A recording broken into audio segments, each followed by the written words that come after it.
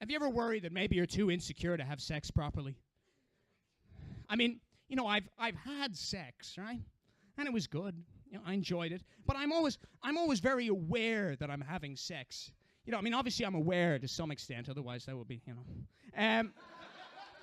But I mean that I'm very self-aware. I'm very, I'm just thinking in the moment. I'm like this. I'm having sex. I think it's how I treated it throughout my adolescence. We built up sex as like the be-all and end-all thing. It's what we all wanted. And now that it actually happens to me on a reasonably regular basis, as reasonable as I'd like.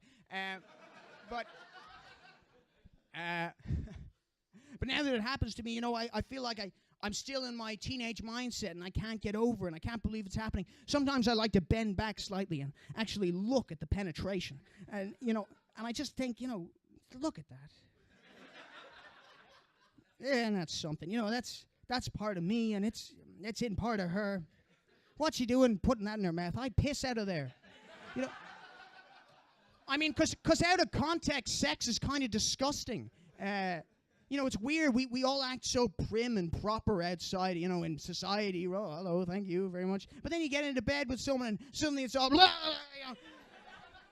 maybe that's just me. I don't know what your technique is. And then genitals. Genitals are gross looking. Maybe that sounds weird, but just consider the specific combination of hairs, wrinkles, veins, and spots. It's really singular to genitals, at least at this age. And, I can't think of a less aesthetically pleasing part of the human body than genitals. Now, don't get me wrong, fellas. I love pussy, but...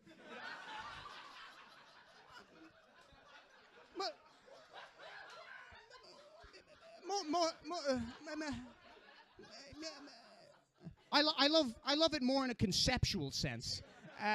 You wouldn't call a vagina pretty, It's not pretty like a girl's face is pretty. There's too many moving parts. I remember when I was a kid, I used to think that a vagina was just like a perfectly circular hole in between a girl's legs. And then when I finally got down there, it was so much more complex. It was like going from word searches to crosswords. And that's to say nothing about how disgusting penises look. There really is no sadder image than that of the flaccid penis. And yet these are the parts that we're supposed to want to fuck. Now we make do, Obviously we're not too put off by it, but wouldn't it be nicer if when someone spread their legs, they just had a more attractive version of their face in between them?